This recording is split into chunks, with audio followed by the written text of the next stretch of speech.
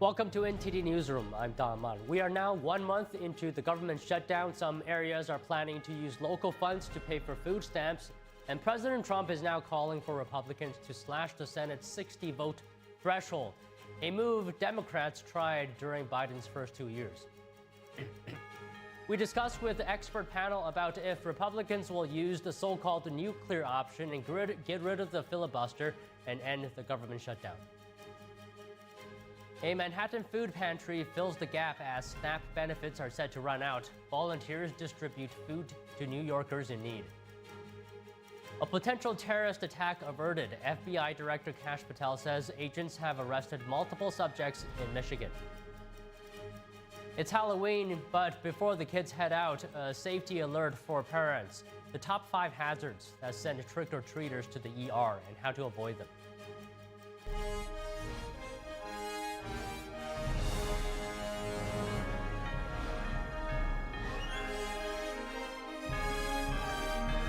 This is NTD Newsroom, live from our global headquarters in New York City. Thank you for joining us today. Earlier, while aboard Air Force One to Mar-a-Lago, President Trump spoke with the press. Let's take a look. And lunches, meetings, a lot of things having to do with the economics of America. We took in approximately $3 trillion over the last few days from the trips that we made. They were unbelievable. The deal with China is going to be wonderful. I think it's going to be long-lasting. I got really along with President Xi very well, as you saw. You were there. Many of you were there. And I think it's great. I think it's great. I think it's really good. Are you set? Are you okay? I'm sorry, I'm not getting any audio for it. Okay, well, let's get it right. All right, we have it now, sir. Okay. So the trip was fantastic. We took in over $3 trillion, really in profit, if you want to define it that way. You see the farmers are very happy. I think it's 25 million tons, but it's numbers that they've never seen before in terms of the soybeans, in terms of other things. We have numbers coming to our farmers that the farmers have never seen before from China. Our farmers are very happy. I suggest that they go out and buy larger tractors and more land. Okay? We want larger tractors and more land because nobody's ever seen anything like it. I've given China great incentives to hold down the fentanyl, get rid of it ideally. You know, a lot of people don't know it's used as an anesthesia, it's used as a lot of things. A lot of good things happen, but unfortunately when it's developed a certain way, a lot of bad things happen. Because a lot of people would say, well, why is it made? I mean, it's made for a lot of good purposes, but it also has some very bad purposes when you design it a certain way and people can take it and design it. So China's working very hard on that. I really believe that. And they have an incentive. I'd love to get rid of the extra 10%. I put a 20% penalty on. I had a great conversation about it with President Xi yesterday. And I'd love to get rid of the other. As soon as we see that, we'll get rid of the other 10%. Other than that, we haven't cut the tariffs at all with China. But we're going to have a great relationship with them, I think, for a long period of time. If we have a smart president, we'll have a great relationship. We don't have a smart president, which is also a very strong possibility, then we won't have a great relationship. But China is, the meeting with China was incredible. The meeting with Japan, incredible. And the meeting with South Korea, likewise, incredible, all of them. And trillions of dollars are coming back to our country because of those meetings. And we have others planned with other countries, but those are big ones. And the meeting with China was one that everybody wanted. The meeting with the new Prime Minister, who's fantastic, of Japan, could not have gone better. We've worked out our deal. And South Korea, you saw the way we were treated. Our country is respected again. When they treat me with that kind of respect, they're treating our country with that kind of respect, which is much more important. And our country is respected again. Do you have any questions? There are reports that you are considering strikes within Venezuela. Is that true? No. That you made a decision on that? No, it's not true. Mr. President, on the nuclear strikes, the nuclear tests that you were talking about, are you talking about literally resuming underground nuclear detonation tests? You'll find out very soon, but we're going to do some testing. Yeah, other countries do it. If they're going to do it, we're going to do it. Okay, you can't clarify whether you'll resume. I'm not going to say yet. I mean, I know exactly what we're doing, where we're doing it, but other countries are doing it, and if other countries do it, we do it. Is there more details on the FBI thwarting that that terrorist attack in Michigan that was set to happen over the weekend, Halloween weekend? The FBI. We're catching people before they ever start. Yeah. Mr. President, your response to Viktor Orban saying he will ask for an exemption from U.S. sanctions on Russian oil? He has asked for an exemption. We haven't granted one, but he has asked. Victor, he's a friend of mine. He's asked for an exemption. What else? Mr. President, on Venezuela. Yeah, please. What did you talk about with Prime Minister Carney? Are you and Canada going to resume negotiations? No, but I have a very good relationship. I like him a lot. But you know what they did was wrong. He was very nice. He apologized for what they did with the commercial, because it was a false commercial. You know, it was the exact opposite. Ronald Reagan loved tariffs, and they tried to make it look the other way. And he did apologize, and I appreciated it. We had a great dinner, you know, with other countries, as you know. And I think we have a very good relationship personally. I think that what they did was wrong, but he apologized. On the SNAP benefits set to expire tomorrow, folks are talking about putting out about canned goods and non-perishables for trick-or-treaters. Is there a possibility, like you did with the military moving around funds, is there a possibility to do that? Well, there always is, but all the Democrats have to do is say, let's go. I mean, you know, they don't have to do anything. They don't have to agree. All they have to do is say, the government is open. And we only need 5 Democrats, but they're, you know, they've become a radical left party. They really have, they've become a very radical left partner. And they've lost their minds. They've lost their minds. All they have to do is say, the government is open, and that's the end of it. And, you know, largely, when you talk about SNAP, you're talking about largely Democrats. But I'm president. I want to help everybody. I want to help Democrats and Republicans. But when you're talking about SNAP, if you look, it's largely Democrats. They're hurting their own people. Thank you very much, everybody. Thank you, Mr. President. We're now 1 month into the government shutdown, with food stamps set to lapse. Some local governments are resorting to emergency measures. President Trump is calling for Republicans to use the so-called nuclear option to bypass votes needed from Democrats in the Senate. NTD's Melina Weisskopf reports. Lawmakers in Washington, D.C. out of session amid a stalemate and a month-long government shutdown. It means that tens of millions of American families will struggle to keep food on the table because the SNAP program benefits will run dry. It means that WIC assistance, that's women, infants, and children, the nutrition programs, will be at risk of running dry. It means that Head Start centers, which serve 60,000 children nationwide, will be at risk of closure. New York has declared an emergency to provide 40 million meals statewide for those who rely on SNAP benefits. It comes as a federal judge weighs ordering the federal government to tap into a $5 billion contingency fund to avoid a lapse in the food stamp program. This is Congress's fault, not his fault. This is Congress's fault. So when it comes to SNAP, the only solution here is we need to appropriate the money. Senator Hawley is pushing a bipartisan bill to fund the program until the shutdown ends, but Republican leadership hasn't put the workaround bill on the floor. It's a bill I'd happily support and vote for. And as soon as Thune would let Hawley put it on the House floor, it will pass. Plain and simple. Leader Thune says Republicans' short-term funding bill already addresses SNAP benefits. And we've tried to do that 13 times. And you voted no 13 times. This isn't a political game. These are real people's lives that we're talking about. And you all have just figured out, 29 days in, that, oh, there might be some consequences. Thune says while talks at the leadership level are stalled, it appears bipartisan talks with rank-and-file Democrats are gaining steam. President Trump, though, is done waiting for Democrat buy-in. He's now calling for Republicans to slash the Senate's 60-vote threshold, called the nuclear option. On a late Thursday post, he wrote, "It is now time for the Republicans to play their Trump card and go for what is called the nuclear option. Get rid of the filibuster and get rid of it now." Democrats tried to eliminate the filibuster during Biden's first 2 years, but 2 Democrat holdouts rejected the move. It would allow for the majority party to pass any legislation on a simple majority vote. Some warn it could erode constitutional guardrails that keep the Senate as a deliberative body. Reporting from Washington, D.C., Melina Weisskopf, NTD News. Agriculture Secretary Brooke Rollins addressed Americans a day ahead of the lapse of SNAP benefits. She explained why the Department of Agriculture cannot use contingency funds to cover the food stamps. So the fact that the Democrats are saying, but wait, USDA has money in their accounts, why it is really their fault, I've seen it over and over and over from some of their leaders, is absolute false, and it is a lie. We have been saying on October 10th we sent messages out, on October 24th we sent messages out. These benefits end on November 1st. Now, let me get down into a little bit of the details on that to better explain.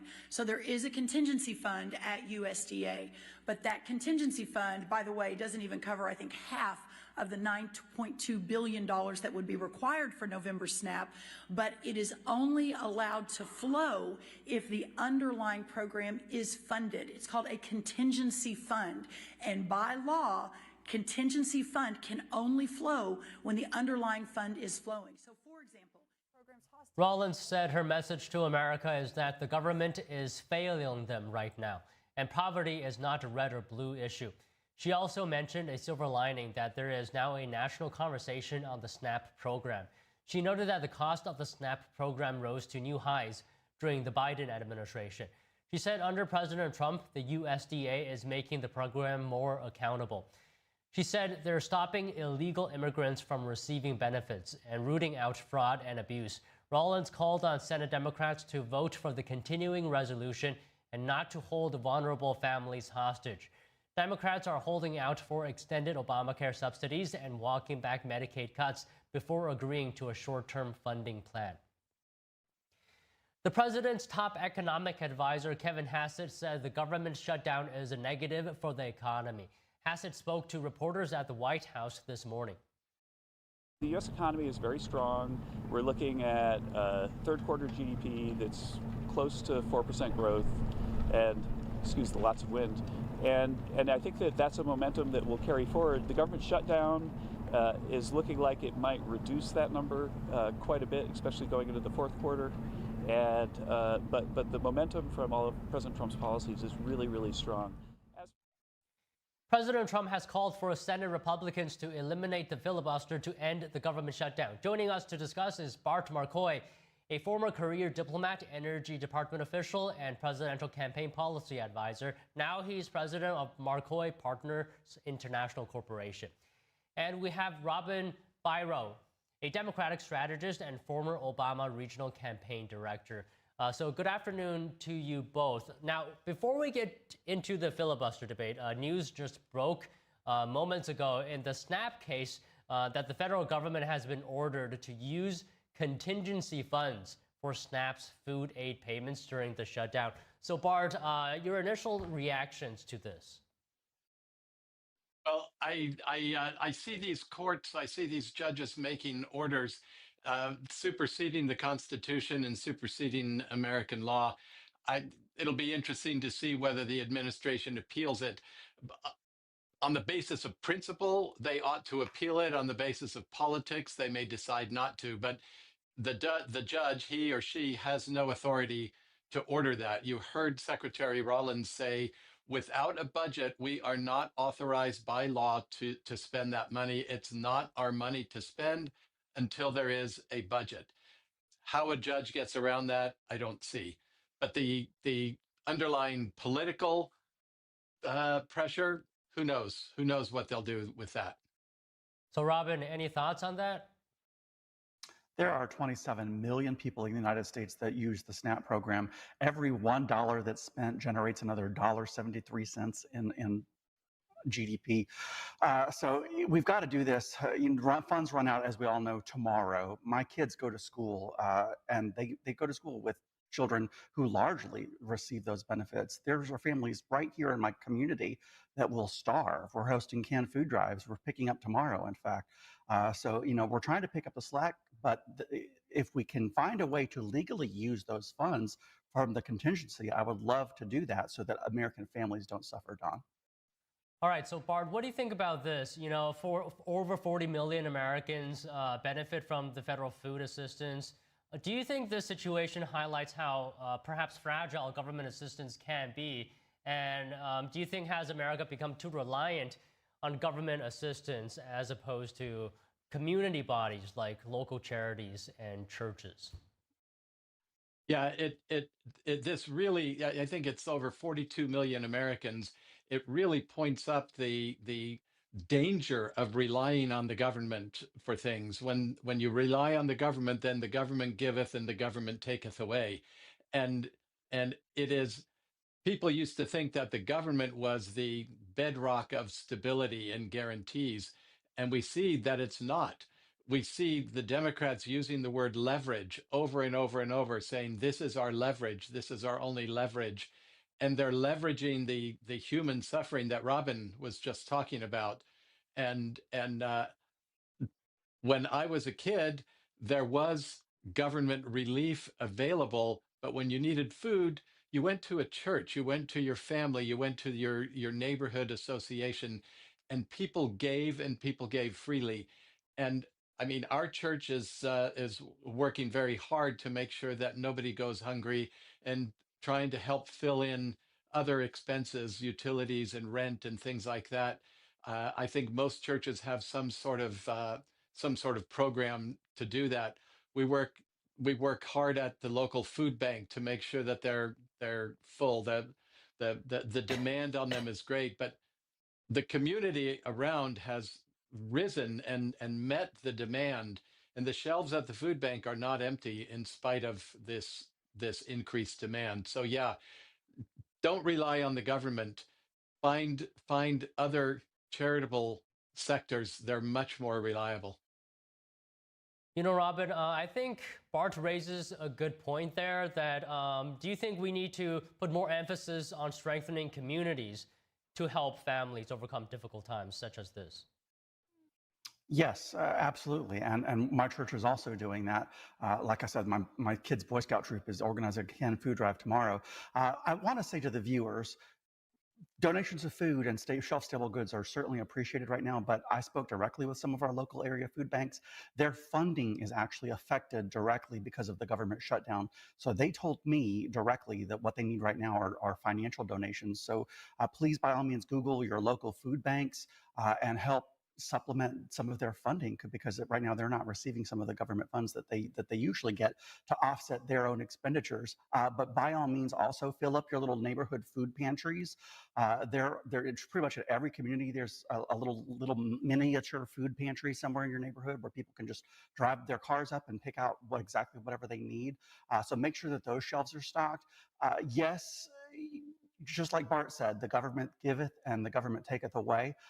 This shows how fragile that system can be, and nobody wants to see Americans starve. This is America. That should never happen here. Mm-hmm. All right, Bart, back to the topic I mentioned off the top. Do you think, should Republicans use the so-called nuclear option and get rid of this filibuster? I'm strongly opposed to that. The filibuster is a long-honored, time-tested tradition. The Senate is supposed to be the saucer that the hot tea is poured into to cool off. The House passes something.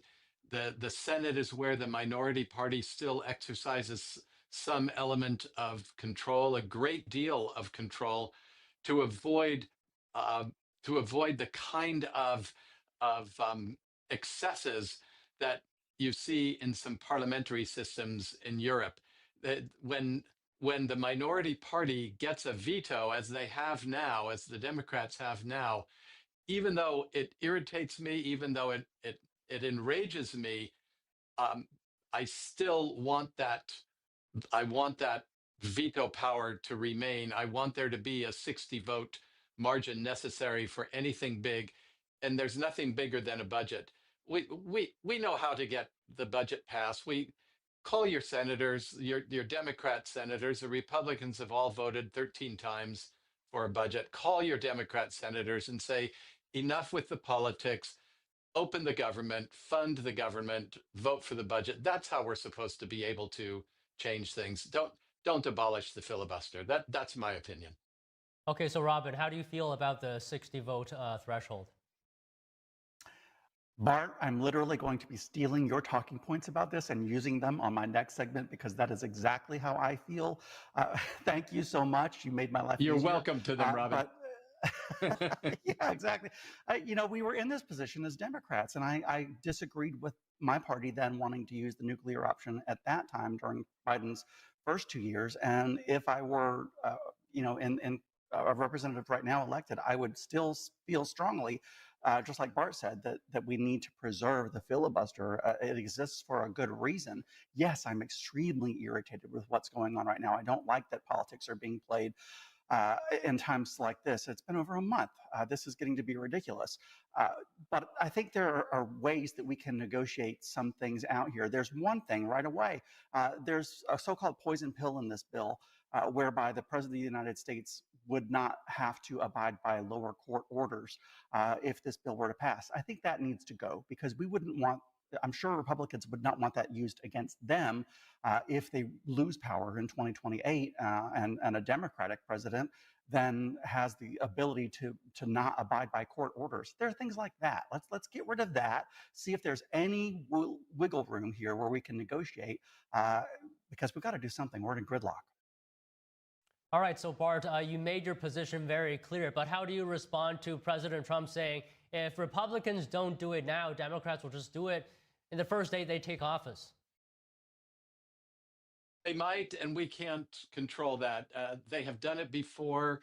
They did it with judges. Harry Reid changed the rules of the Senate to abolish the filibuster for confirming judges. Came to regret that very quickly. Mitch McConnell, the people call him the turtle.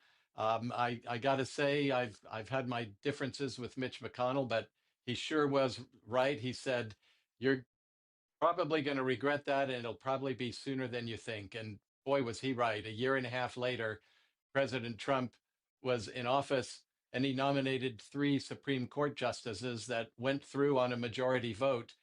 If there had been the filibuster, if Reid had not abolished the filibuster for judicial confirmations, we would have had 3 very different justices on the Supreme Court.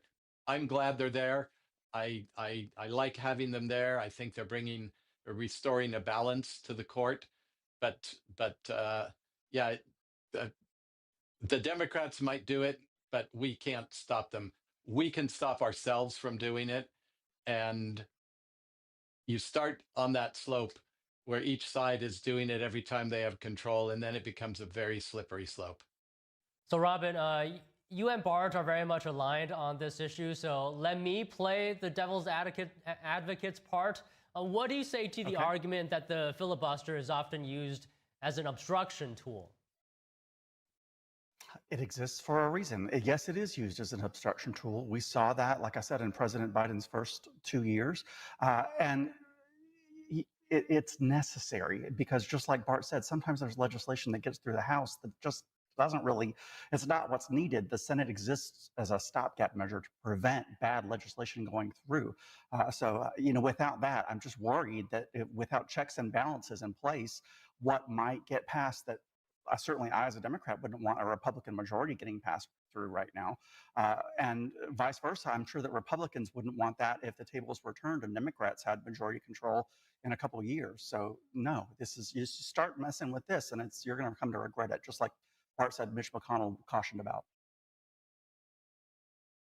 So if a majority of senators, and therefore by extension the voters, support a policy, is it reasonable or not to say that then it should pass?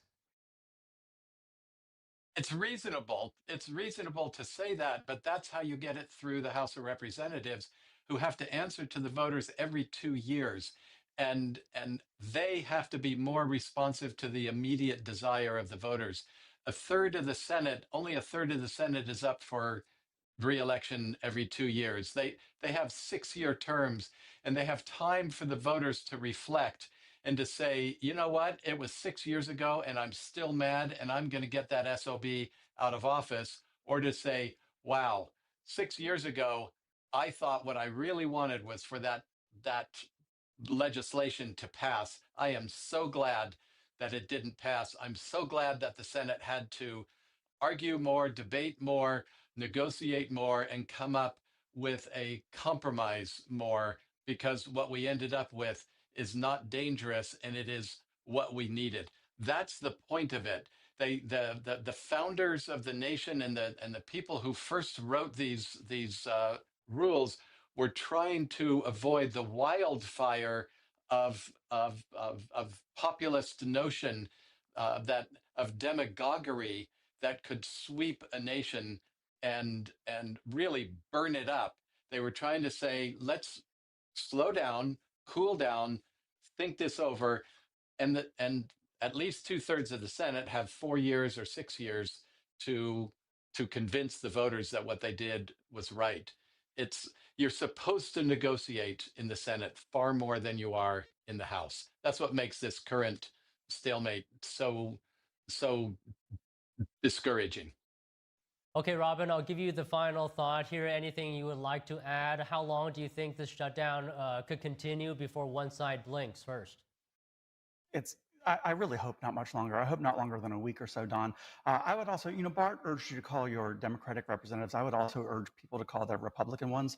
The ACA subsidies are set to expire. Insurance premiums under the ACA, which is also known as the Obamacare. A lot of people, for some reason, don't understand that they're one and the same. The ACA is Obamacare. Contact your Republican representatives, express your concern about your insurance premiums possibly doubling if they don't renew those subsidies. If we can get some movement with Republicans on that, we can unlock this situation and get this passed and get the country working again. Well, all right, great conversation today, I'd say. Thank you very much to you both, Robin, Bart. Happy Halloween. Thank you. How one teacher transformed a high school journalism class into a media powerhouse. Her hands-off approach and trust in students helped shape a generation of creators and innovators. We'll have that after this break.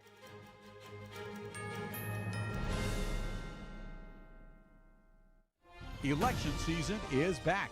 Socialism is on the ballot in New York, and Trump-backed Republicans in Virginia and New Jersey face their Democratic opponents for governor with results that could impact each party's future.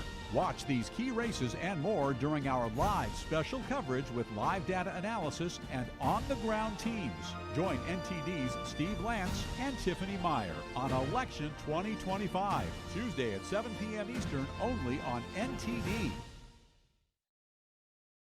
I saw war, bombing, shooting. I'm worried for my future. كتير رعب وطبعا هلا يعني أنا بحس بالرعب الكبير بدنا بس نعيش بأمان. Conflict is raging across the world, and millions of children's lives are being devastated by war, hunger, disease, and poverty. We urgently need your help to reach children in crisis. Please call or go online to give just $10 a month, only 33 cents a day. We need 1,000 new monthly donors this month to help children in crisis around the world and right here at home. You can help us provide food, essentials, and life-saving medical care to children in the most need.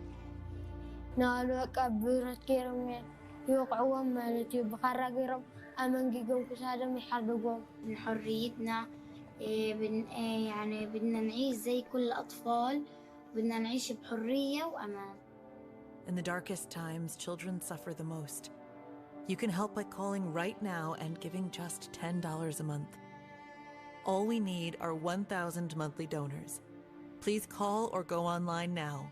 Your donation today can help secure additional grants, which can multiply the impact of your support up to 10 times. And when you call with your credit card, we will send you the Save the Children tote bag as a thank you for your support.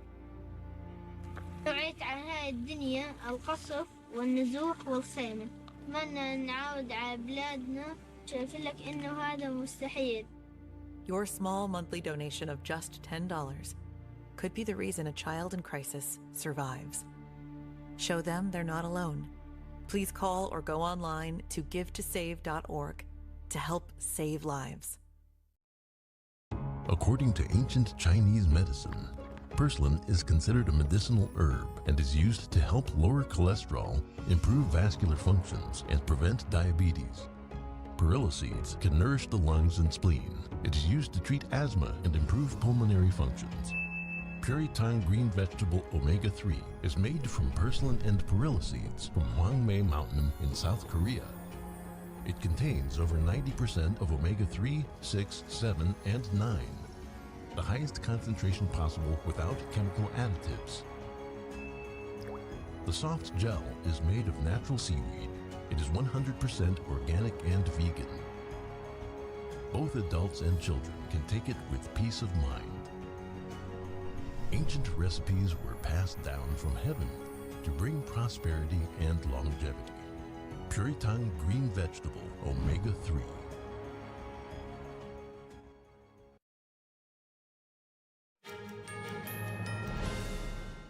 Voters in several states will head to the polls next Tuesday to cast their ballots. Democrats and Republicans will compete in races for governor, state attorney general, and state Supreme Court justices. NTD's Andrew Thomas has more on the races to watch. Tuesday will see candidates in several states vying for votes. In the Virginia governor's race, Republican Lieutenant Governor Winsome Earl Sears will face off against Democrat Abigail Spanberger. Spanberger has consistently led in polls, with an 8% advantage in the most recent polling. Voters in New Jersey will pick their next governor as well. Democrat Mikey Sherrill is competing against Republican and former state assemblyman Jack Ciattarelli. Though Sherrill is ahead, the most recent polling shows her lead at just 1%. In Virginia's race for Attorney General, Democrat nominee Jay Jones will take on Republican incumbent Jason Miyares. Republicans have pushed for Jones to drop out of the race after text messages surfaced in which he talked about shooting former House Speaker Todd Gilbert. During a debate on October 16th, Jones publicly apologized to Gilbert, saying he was ashamed. Spanberger, the gubernatorial candidate, has refused to call for Jones to drop out. In Pennsylvania, 3 Democratic members of the state's highest court are up for re-election. Christine Donahue, Kevin Dougherty, and David Wetsch have no opponents, but voters will decide if they should remain on the bench. Andrew Thomas, NTD News. Election Day 2025 is coming up in just 1 week. NTD's Steve Lance and Tiffany Meyer will bring you live special coverage of all the big races, from New York's mayoral election to the governor's races in New Jersey and Virginia. Tune in on Tuesday, November 4th at 7 p.m. to get the latest election results with live analysis from our data reporters and our on-the-ground teams.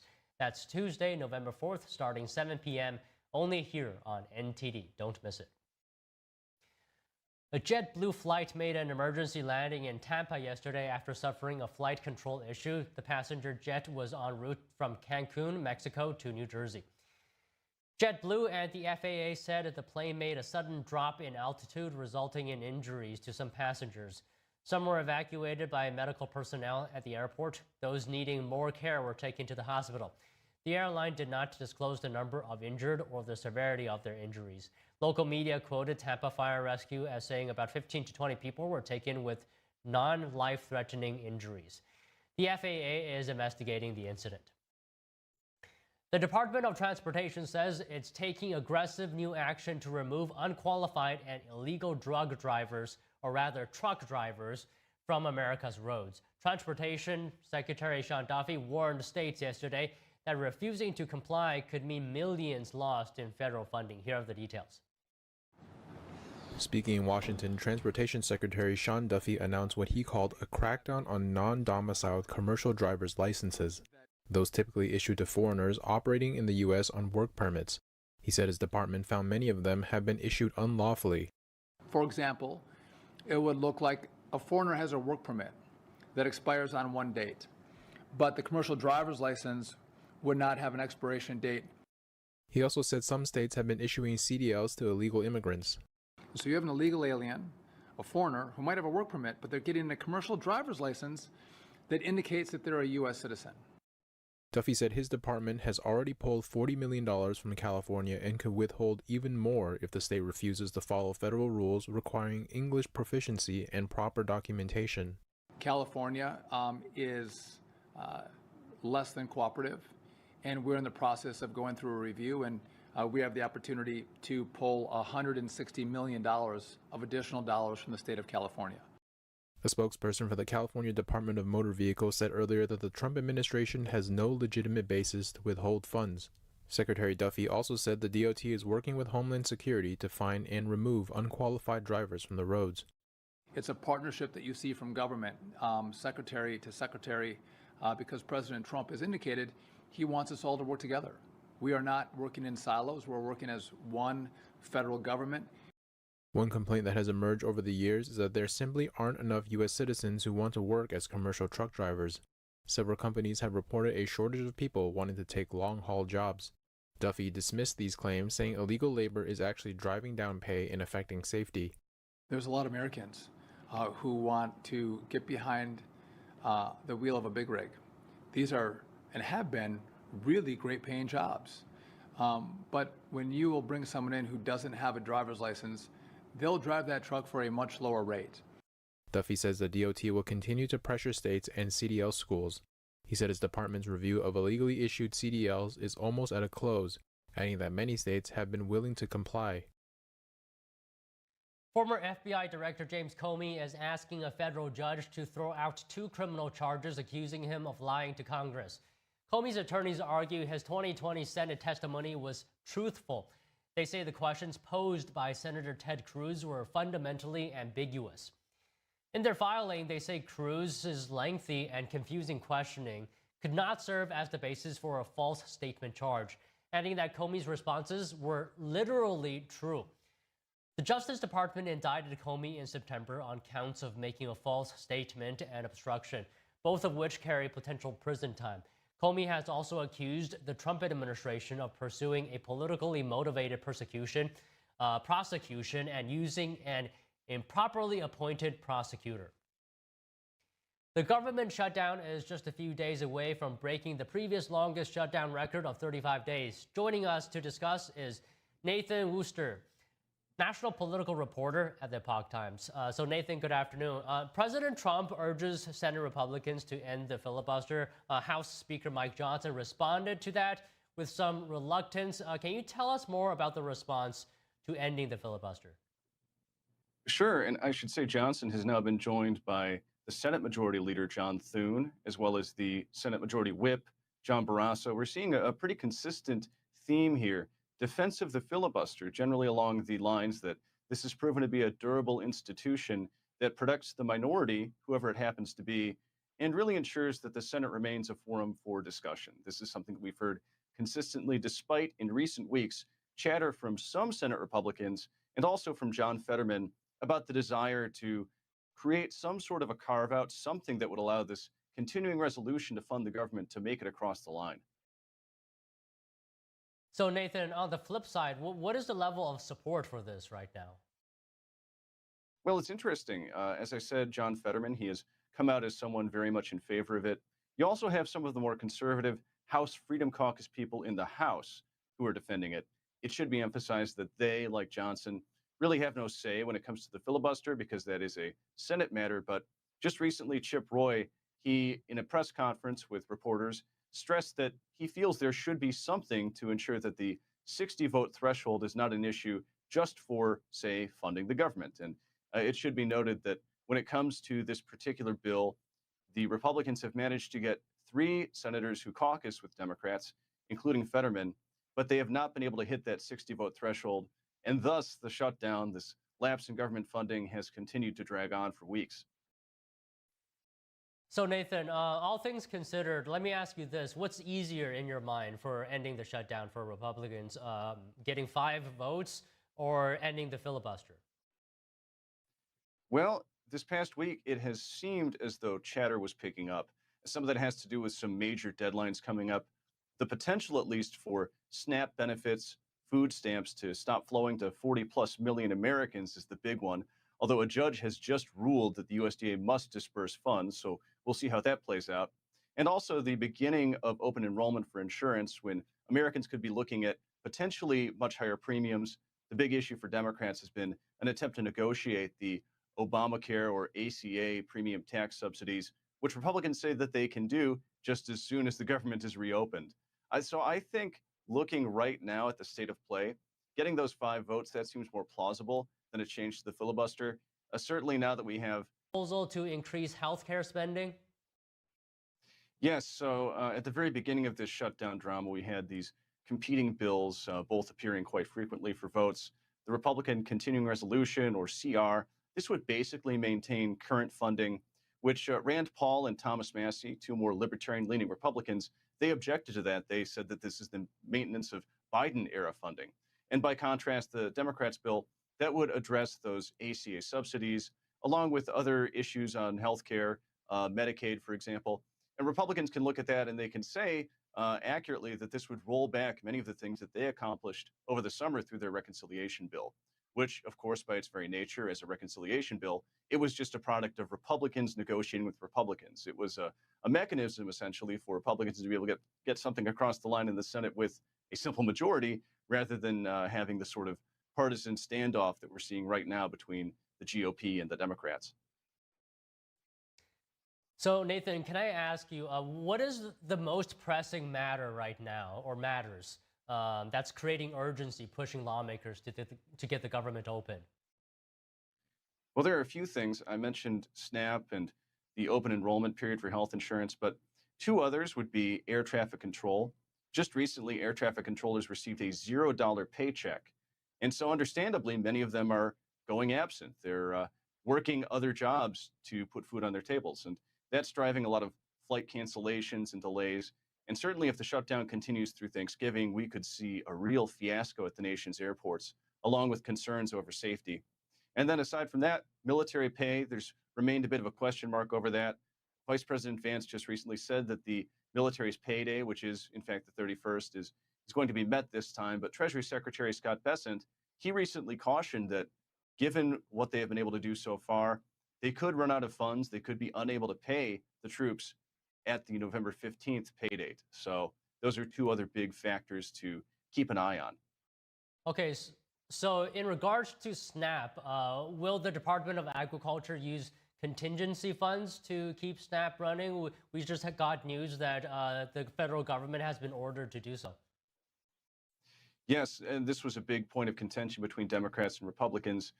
Just this morning, Agriculture Secretary Brooke Rollins, she appeared alongside Speaker Johnson to argue that, in fact, legally, the administration is not authorized to use that contingency fund because it's ultimately contingent on a funding stream that was not effectively reauthorized. But of course, now we've seen this move from a judge at this late hour ahead of the possible pause in SNAP benefits. So it certainly seems as though, all else being equal, unless there's an appeal or some other development very soon, that those SNAP funds will be coming, and I imagine they would be coming from that contingency fund. Well, all right, Nathan, always great to speak with you. Thank you for your time today. Absolutely, Don. Glad to be on as always. A potential terrorist attack averted. FBI Director Kash Patel says agents have arrested multiple subjects in Michigan. Stay tuned for more news after this quick break.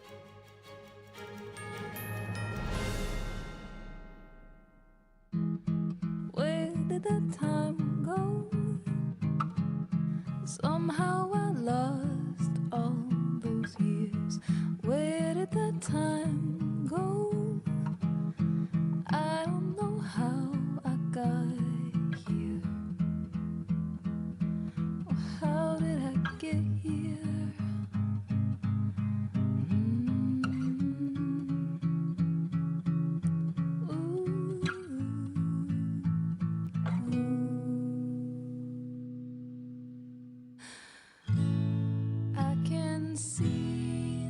You've done the hard part. You quit smoking. Now do the easy part and get scanned for lung cancer. If you smoked, you may still be at risk, but early detection could save your life. Talk to your doctor and learn more at savedbythescan.org. You see certain things get reincarnated in your children. My daughter is very much inspired by my wife's artistic pursuits. So my daughter started making necklaces. She makes what we call affirmation fashion. I tell her every day that your black is beautiful. Your black is beautiful. Your black is beautiful. And if there's anything better than being beautiful, it's being smart. And if there's anything better than being smart, it's being kind. And reaffirming that every day is our method of making sure her chin never drops. My dad wasn't around, and I remember riding a bike and falling off and cutting myself, and me never just wanted to get back on it. People ask, how your children learn how to ride a bike, and you didn't. I didn't teach them. I just created an environment where they taught themselves, and all I had to do was be there.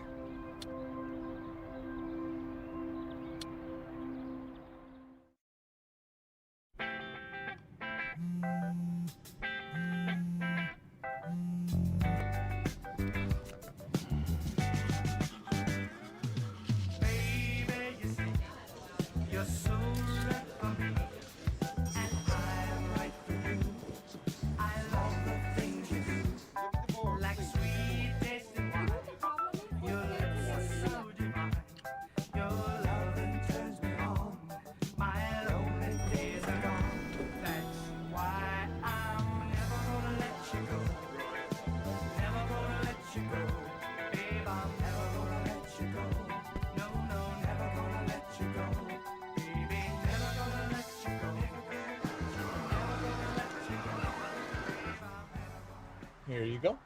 Thank you. Thank you.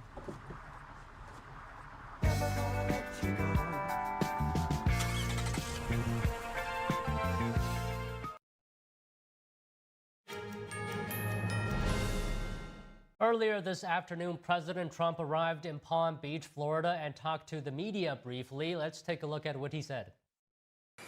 Happy Halloween and all of that. So we had an amazing trip. We had incredible meetings with President Xi of China.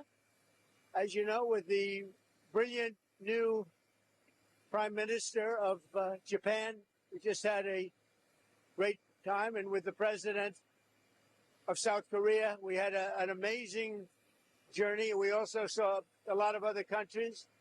We brought back home with us trillions of dollars, trillions, many trillions of dollars. And our country is doing well. The shutdown proceeds because the Democrats just don't know what they're doing. I don't know what's wrong with them. They've never done a thing like this. They've become crazed lunatics. All they have to do is say, let's go, let's open up our country, and everything snaps back into shape. So there's something wrong with them. Are you going to meet with Democratic? I'm always going to meet. All they have to do is open up the country. Let them open up the country, and we'll meet. We'll meet very quickly. But they have to open up the country. It's their fault. Everything is their fault. It's so easily solved. You know, we have a number of Democrats that have already voted for this. But the Republicans are very unified. They're very strong. And they want to do what's right for the country. They don't want to see trillions of dollars wasted on people that came into our country illegally, many from prisons and many from areas that you don't want to even know about. So we'd like to see this taken care of rapidly. You have a lot of, we have tremendous support, but it's not even support, it's common sense. Open up the country. Obamacare has turned out to be a disaster, as I've been saying for years. It can be fixed or redone. People don't get good health care, and their premiums go up every single year. So we should change it. It's a disaster. Obamacare is bad health care at a very high price. So tonight we have a big celebration of Halloween, and I'll see you later. Thank you very much. The FBI says it has thwarted a potential terrorist attack. FBI Director Kash Patel says agents arrested multiple subjects in Michigan who were plotting to a violent attack over Halloween weekend. Patel promised more details later. He also praised the men and women of the FBI and law enforcement everywhere, saying they're standing guard 24/7, and in his words, crushing their mission to defend the homeland. The Dearborn Police Department in Michigan confirmed it was made aware of the FBI operations in the city and assured residents there is no threat to the community. Homeland Security says death threats against immigration officers have increased 8,000% this year. A new report shows a rise in online threats, stalking, and harassment targeting ICE agents and their families.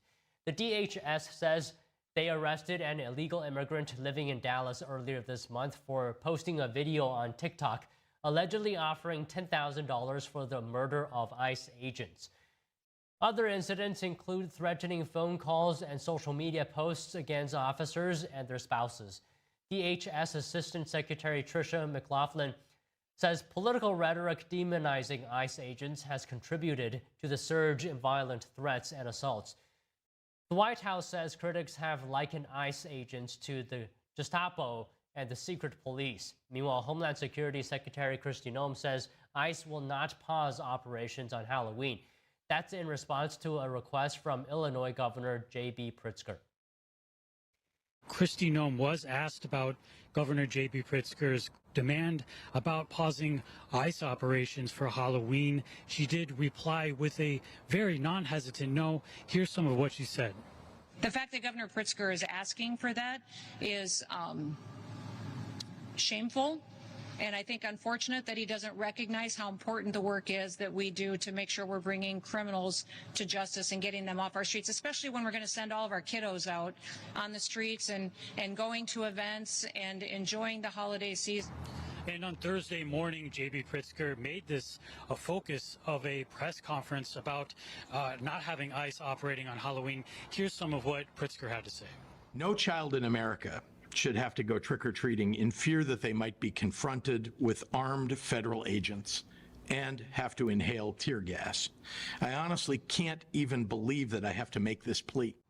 And also while speaking, Secretary Noem touted how thousands of illegal immigrants were arrested during Operation Midway Blitz. The operation started early in September and focuses mainly on the Chicago area.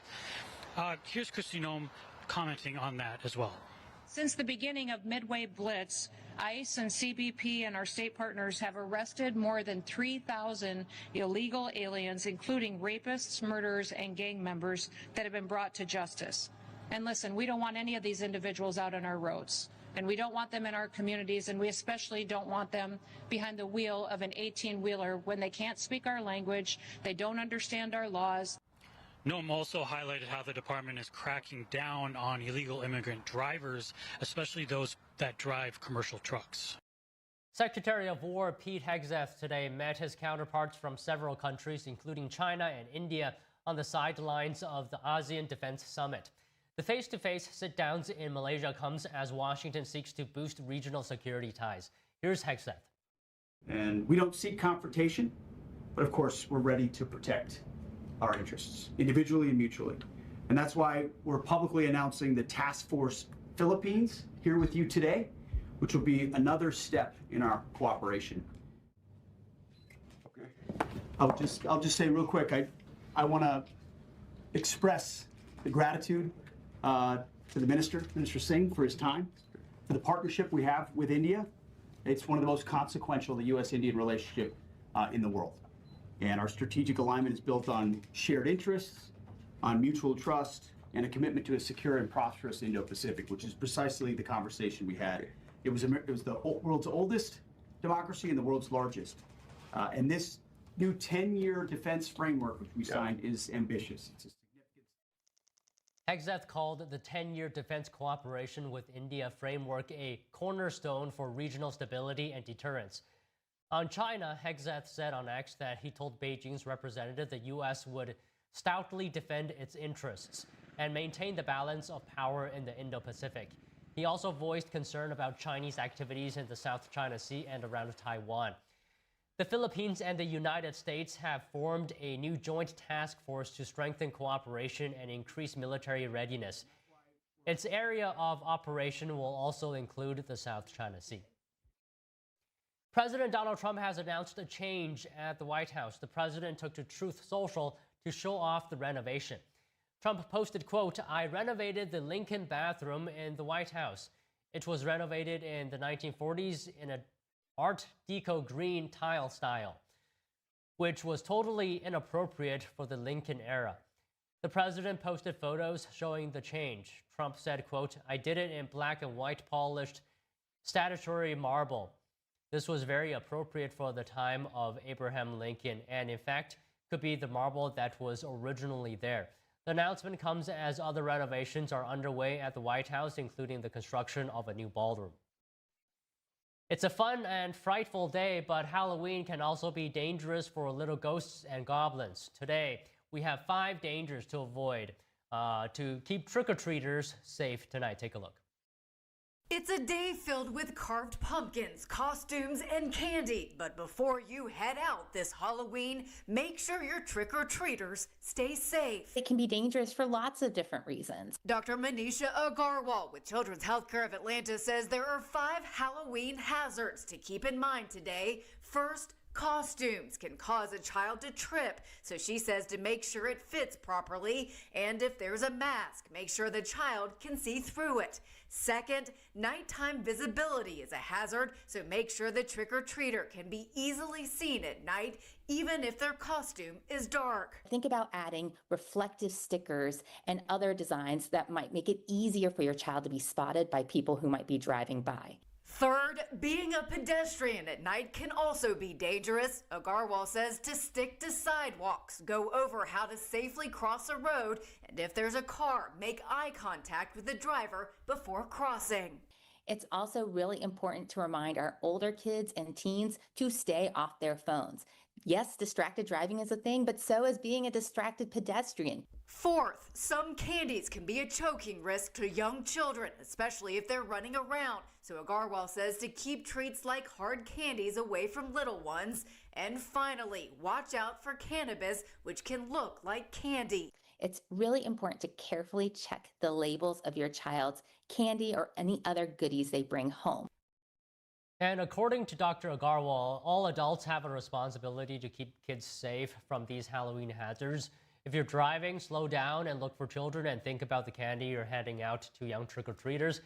Consider having a separate option for them if your treats could be a choking hazard. And Arkansas is aiming to become a hub for lithium in the U.S. What challenges it faces and how it plans to overcome them. Find out more about that after this break.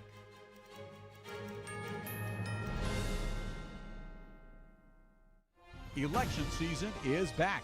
Socialism is on the ballot in New York, and Trump-backed Republicans in Virginia and New Jersey face their Democratic opponents for governor with results that could impact each party's future. Watch these key races and more during our live special coverage with live data analysis and on-the-ground teams. Join NTD's Steve Lance and Tiffany Meyer on Election 2025, Tuesday at 7 p.m. Eastern, only on NTD. Call now to find out about our Medicare plan. Why do we have to sit through so many Medicare commercials this time of year? It's endless. Good question, Edith. I'm glad you asked.